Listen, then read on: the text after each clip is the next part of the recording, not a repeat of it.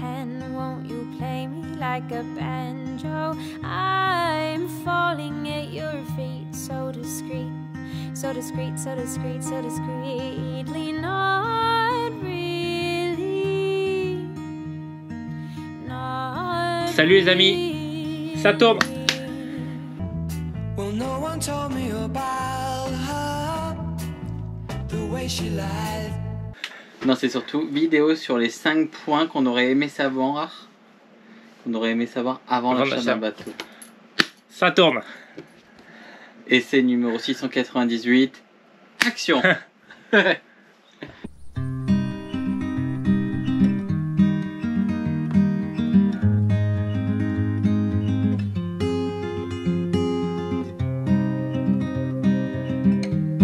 Le premier thème, c'est le temps.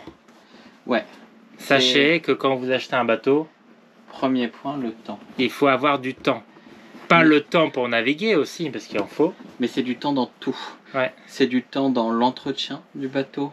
Donc c'est-à-dire être sur son bateau, parce que c'est pas juste on achète un bateau, on le met dans un port et une fois par an on arrive, on part 15 jours avec. C'est peut-être avoir le temps de venir checker son bateau, entretenir un petit peu avant. Ouais. Et pouvoir tout voir avant de faire une petite croisière, quoi. Voilà. Donc ça, c'est avoir du temps déjà avant de faire une navigation. Voilà. Et après, en navigation, il faut avoir le temps. avoir beaucoup de temps. Parce qu'en voilier, forcément, si vous voulez économiser sur l'essence, il va falloir faire un peu de voile. Le but du voilier, quoi. Voilà. Et donc du coup, eh ben, il faut du temps. Faut pas oublier, c'est que c'est le moyen de transport, mais c'est vrai. On s'en rend pas compte quand on dit oui, c'est le moyen de transport le plus lent du monde. Non, c'est vrai. Quand vous comparez, même en marchant ou en courant, vous allez plus vite. Hein. Donc dites-vous qu'à la voile, c'est vraiment long. Donc c'est très lent. Donc il faut prendre le temps. On aime bien, hein, parce que ça permet de se reposer. Il n'y a rien de mieux que de voyager à la voile, hein, parce que vous êtes sous voile, vous mettez le pilote automatique, vous pêchez, vous vous reposez. Vous jouez à des jeux de société, vous faites la sieste. Il n'y a rien à faire, c'est agréable. Voilà. Mais vous prenez la barre entre dents en disant tiens, on se met un petit peu en allure plus sportive, on gîte, c'est vraiment agréable. Mais par contre, il faut avoir le temps et c'est pas juste en disant tiens, je pars d'un point A, je vais directement au point B, il faut à tout prix qu'on y soit avant telle heure parce que machin, non. C'est que. Ouais, si vous comptez dire bah tiens, je veux partir telle heure, un bateau à moteur, c'était possible quand on avait un bateau à moteur. Un bateau à moteur, on se disait un point A, un point B, hop, on fonçait.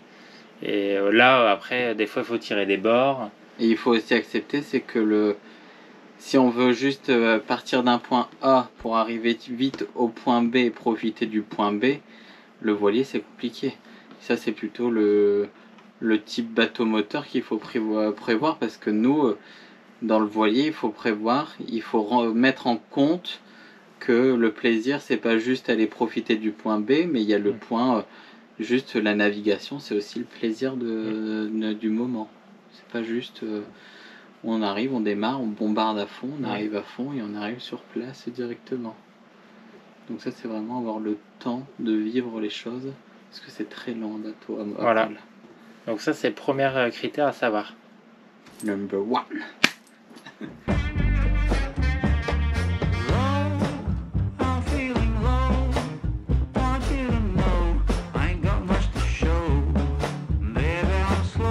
Ouais, le 2. Action. C'est le touche à tout. Pas les toucher. C'est pas toucher rectal. Hein. Ouais. Mais bon, ça, on fera peut-être au montage. Coupé.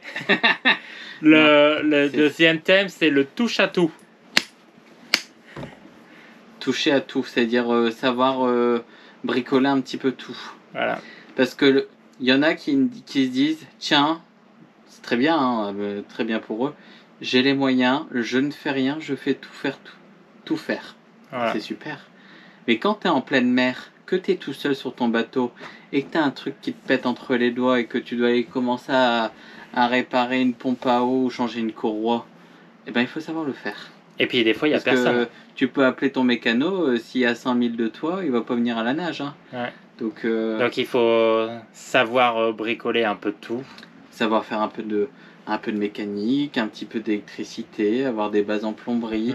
Vu que le bateau c'est comme une habitation, c'est juste que tout est condensé, tout est caché aussi. Ça, oui, il existe des formations pour savoir la mécanique, pour savoir l'électricité, la plomberie. Nous, on n'a fait aucune formation parce que peut-être un jour on va vous relever ce qu'on fait, mais en tous les cas, ça on maîtrise. Plomberie, électricité. La mécanique, c'est pareil, on gère, on n'est pas expert. Mais on sait faire les bases. Voilà. Savoir faire une vidange, savoir changer un injecteur, une bougie, une courroie d'accessoires, la pompe à eau, c'est des petits trucs qu'il faut au moins savoir déjà avant de partir en mer, de faire un petit check-up de tout ça, checker ses niveaux. Ça c'est déjà important, checker ses batteries. Là, l'électricité, on a récupéré ça. Ça c'est vraiment pas mal. C'est un testeur de batterie. Merci Gauthier. Parce qu'on l'a pas payé. C'est un cadeau.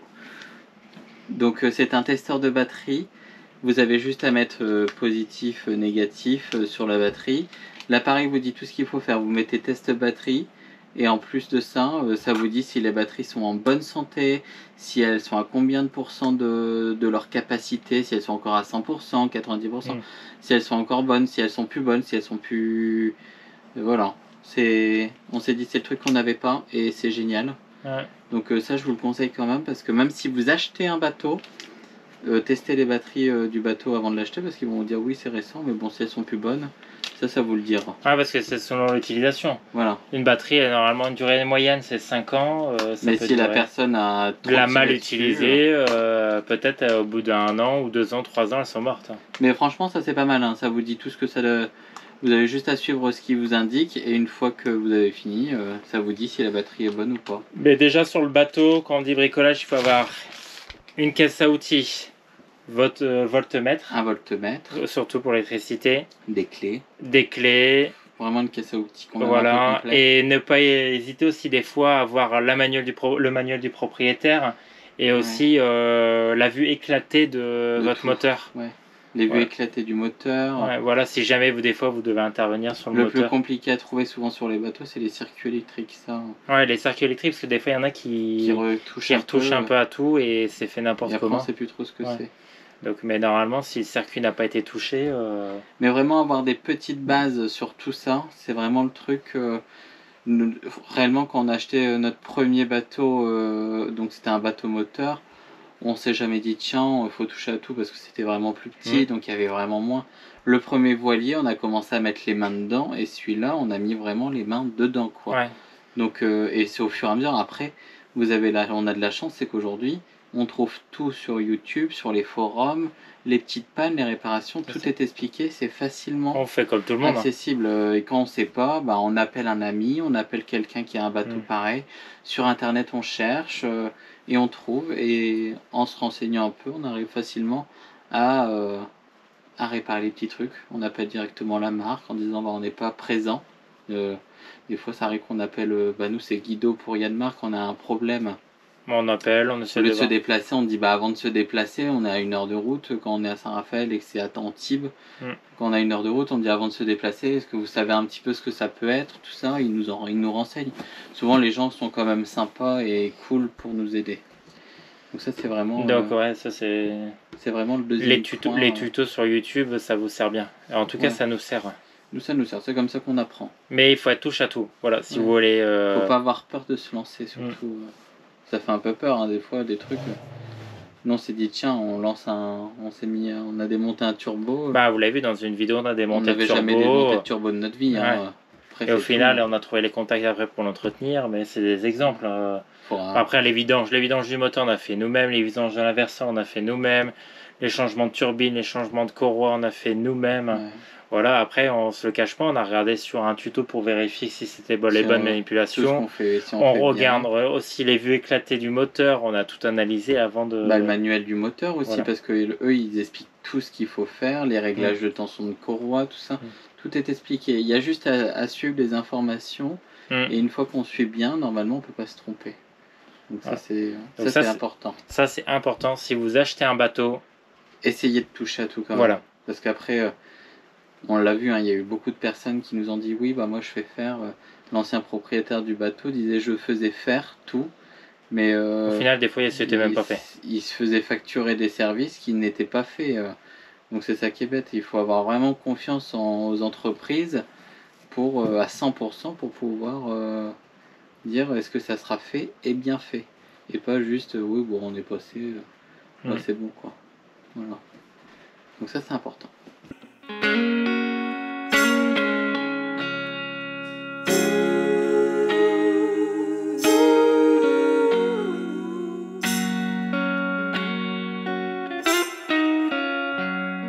Deux, trois. Un. Deux, Le sujet trois. préféré, l'argent. Oui.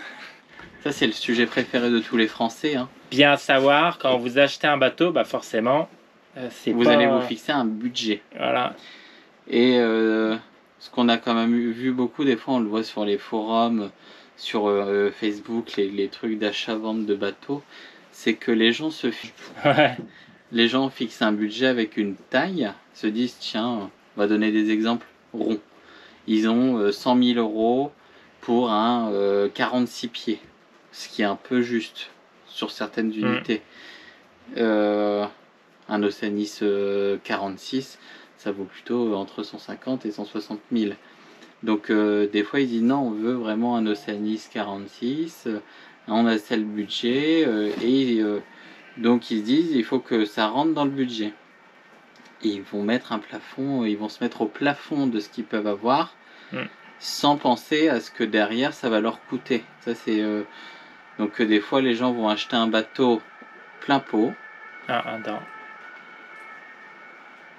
Il y a les pompiers. Parce qu'il y a des orages en ce moment. Non, on l'entend. Et ouais, du coup, il faut pas être au-dessus de votre plafond. Alors quand on vous le dit ça, c'est exemple nous, notre Oceanis 50.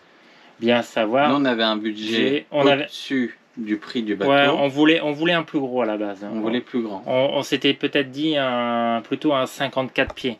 Ça, on vous l'a jamais dit. Non, parce que ça s'est pas fait. Mais ça s'est pas fait. Quand on a visité, on a trouvé ça trop grand. On voulait un 54 pieds. Par contre, après, on a bien réfléchi sur le à côté. 54 pieds, on avait les moyens. Est-ce qu'on avait les moyens de l'entretenir?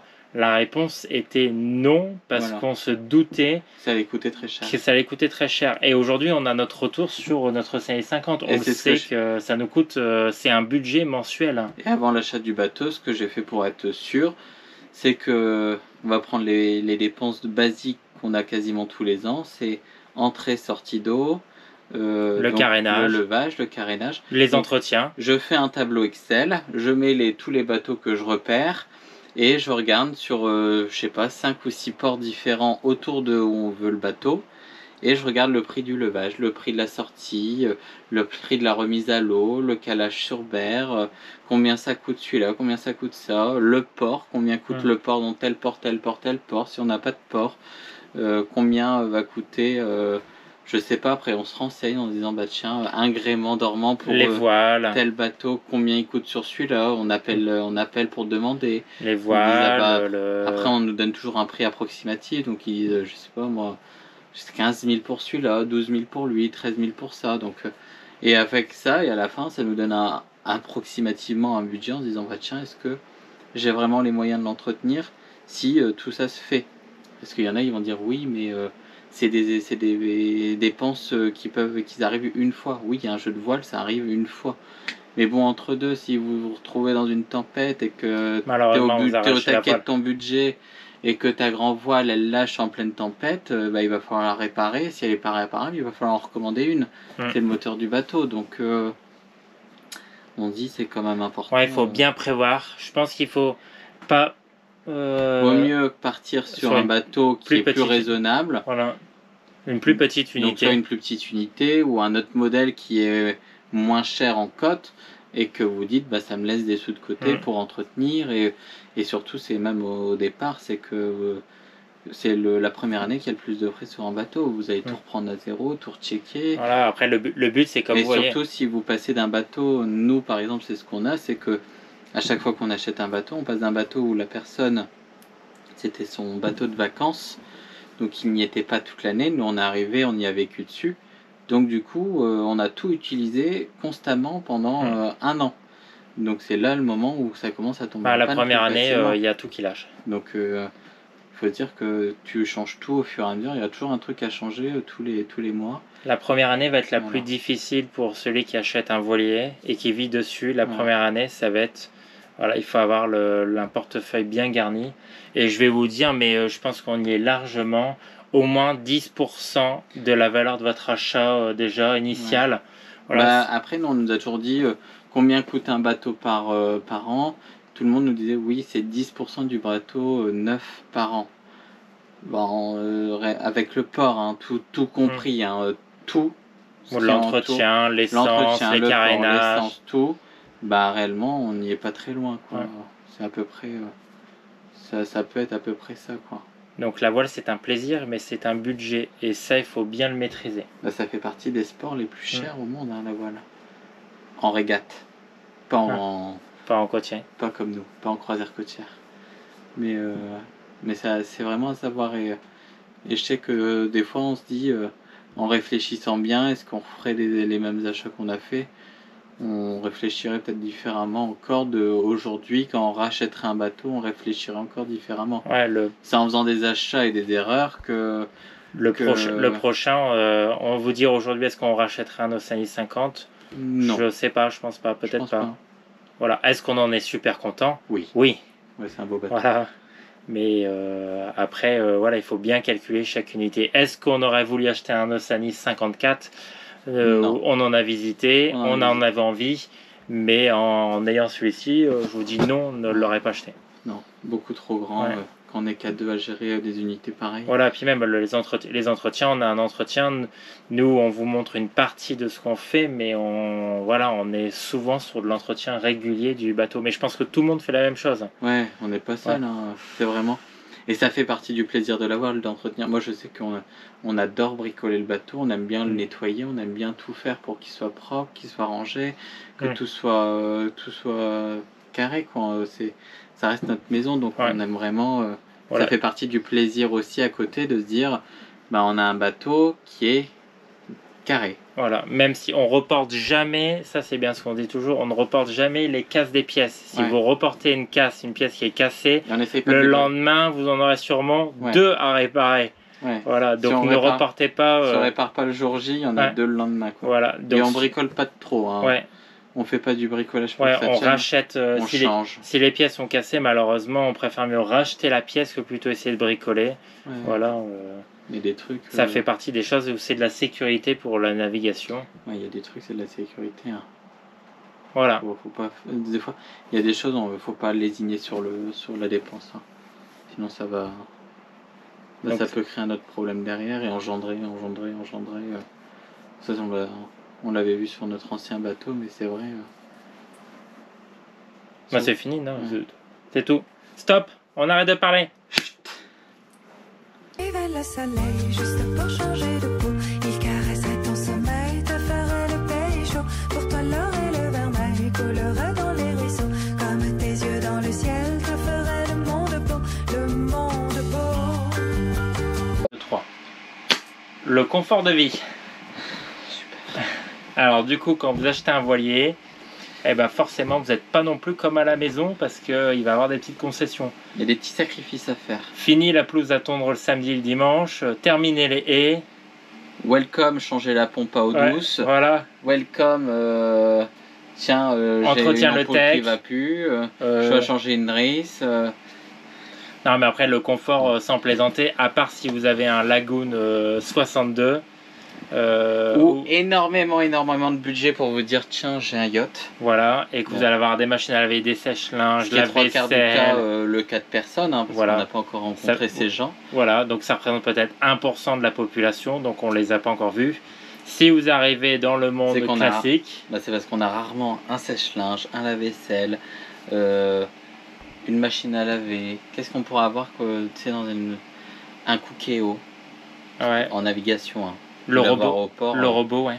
Les Cookéo ou les je sais pas quoi, les Thermomix. Les Thermomix, ça c'est fini. Qu'est-ce que tu pourras avoir encore Bah tout, hein, tout ce qui est électroménager qui demande beaucoup de puissance. Un énorme plan de travail pour faire la cuisine, un îlot central, c'est fini. Votre plaque de cuisson à induction avec la hotte intégrée, c'est fini. Voilà.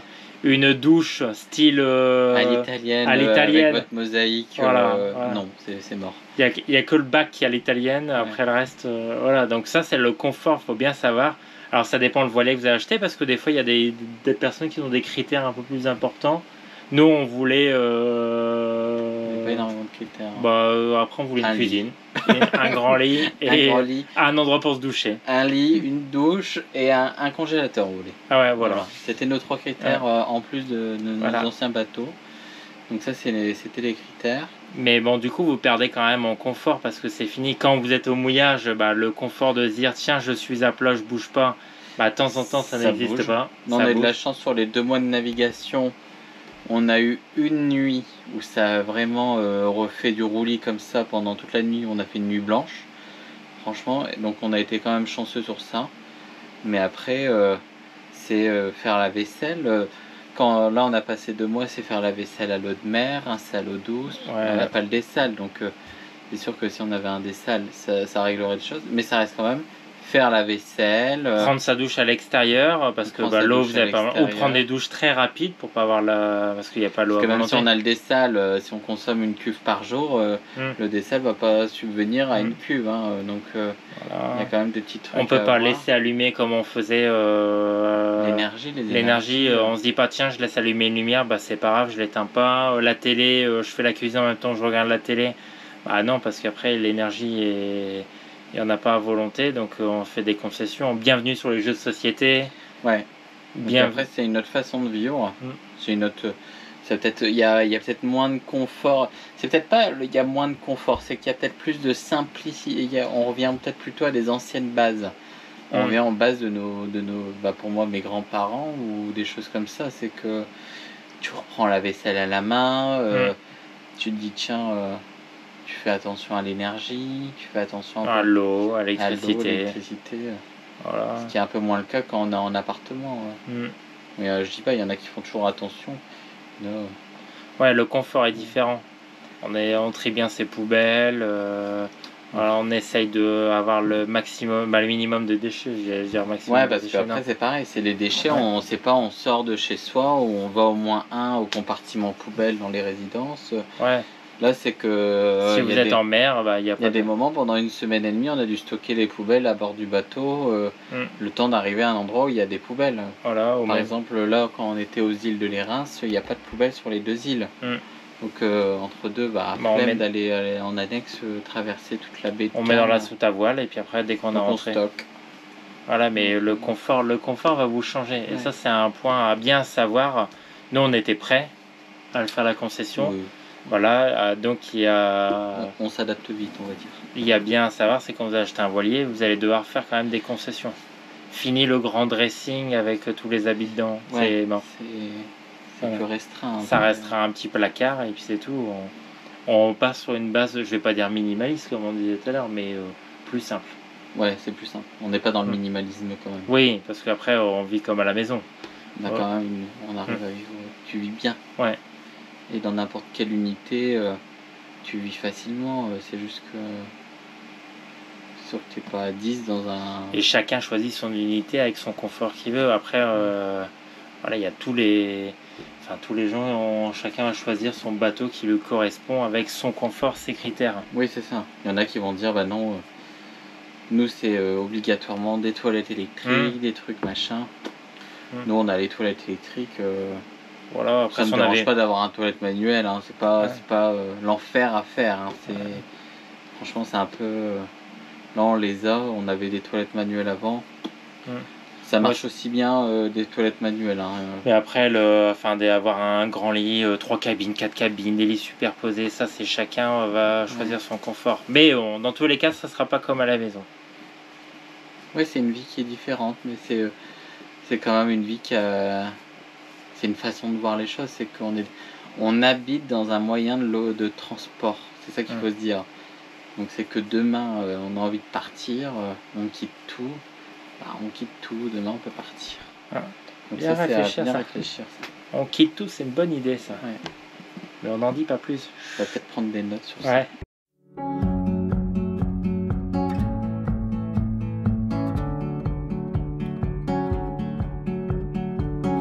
We can hear it calling, calling to our hearts.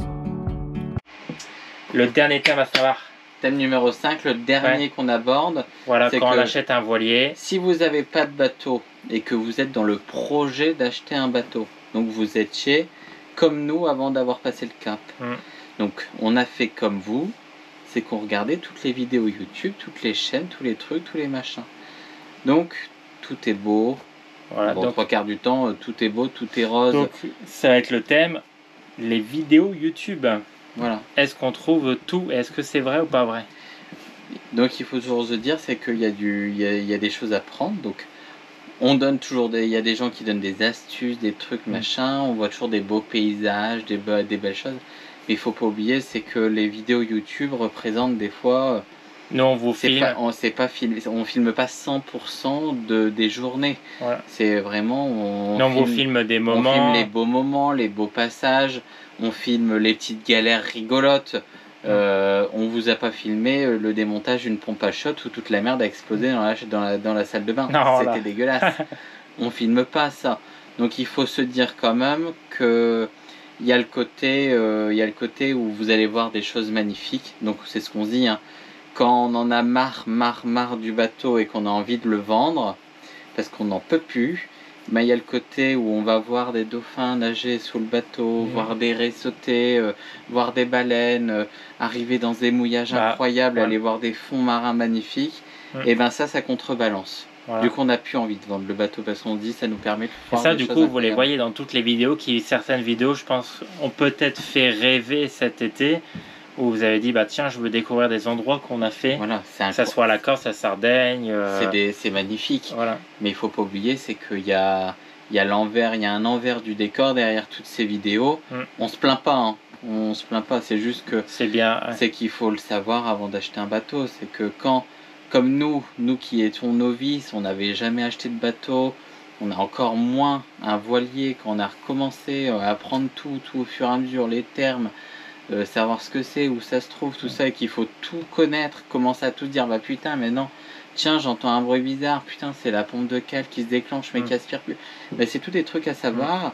Et c'est qu'au début, quand on regarde des vidéos YouTube et que tu vois les gens voyager, traverser les océans, machin, et se dire waouh, c'est incroyable, ouais, c'est magique, ils voient des dauphins par centaines, c'est incroyable, c'est magique. Il faut se dire que derrière, il y a une préparation énorme. Les gens bossent sur leur bateau, qu'il y a quand même un vrai travail derrière de se dire tiens, on prépare le bateau, on répare, on entretient, c'est comme une maison. Mais c'est juste que personne ne filme sa vie en maison. Ouais. Là, on filme la vie en bateau parce que ça nous permet de voyager. Et c'est ça Mais qui on est génial. obligé quand même, on va pas vous filmer que les moments où... On essaye de faire un condensé. On filme pas toutes les merdes parce que sinon c'est barbant. On filme pas tout le temps, quand il y a une panne, on sera tout le temps en train de filmer et de dire... Après, on pourrait vous faire une petite vidéo. On vous fera peut-être une vidéo, toutes nos anecdotes d'un an de voyage en mer. Ouais. Ça peut être rigolo à vous dire toutes les merdes qu'on a pu avoir. Mais qu'on n'a jamais filmé, qu'on n'a pas filmé parce que vous dites bien que quand il y a un gros problème... On n'a pas une caméra ou derrière. qu'il y a un truc qui se déclenche dans le bateau, on commence pas à dire alors attends, je vais allumer ma GoPro et on va filmer cette merde. Non, non, on est en train de gérer le problème, la situation pour éviter les catastrophes. Hein, donc on n'a pas le temps de sortir une caméra pour vous le montrer. On essaie de. Donc du coup on vous montre. On filme les petits problèmes. Les petits problèmes et on vous filme. Et on vous raconte quand on vous rencontre. On vous raconte nos gros problèmes. Voilà. Bon, nos gros problèmes. Nos petites péripéties, nos oublis, nos machins, nos trucs. Petites aventures. Des péripéties qui sur le moment sont pas drôles, mais qui le deviennent après. Donc ça c'est. Mais ouais, c'est vraiment.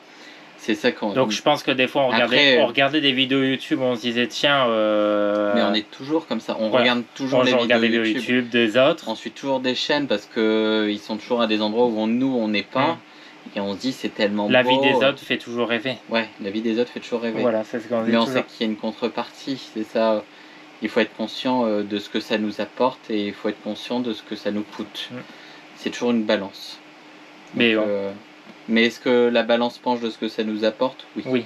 Après, on le dit, on ne changera pas Cette vie de nous va projet. tellement bien que Voilà, on ne changera pas de projet de vivre sur l'eau. on vivra, Alors, encore une fois, en haulier, on n'a vivra jamais. toujours sur l'eau. On vivra toujours sur l'eau.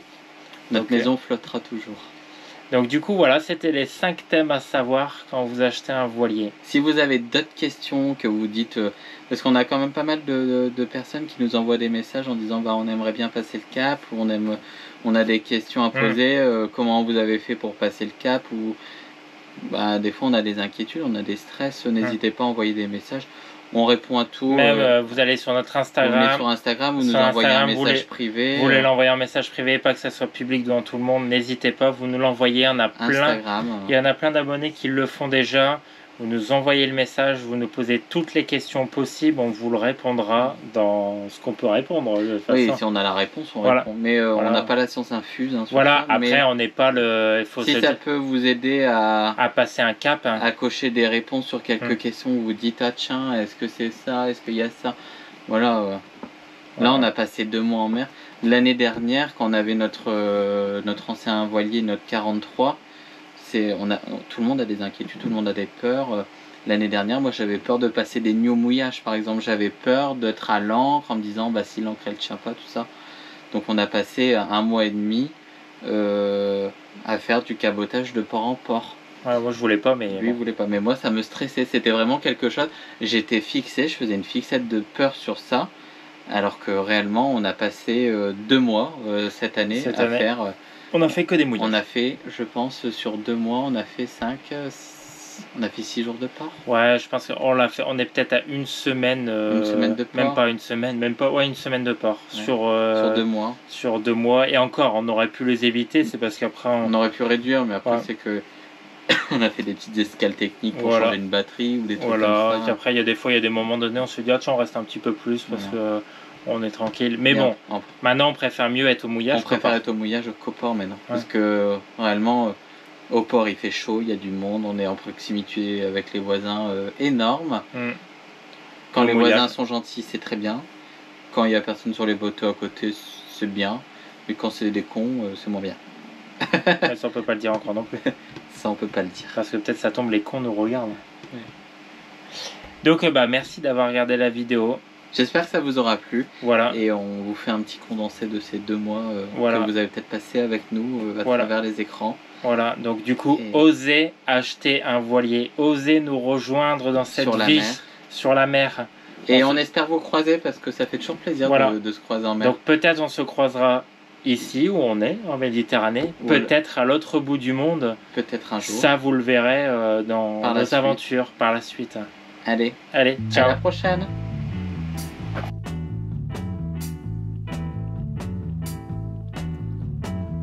Well, no one told me about her, the way she lied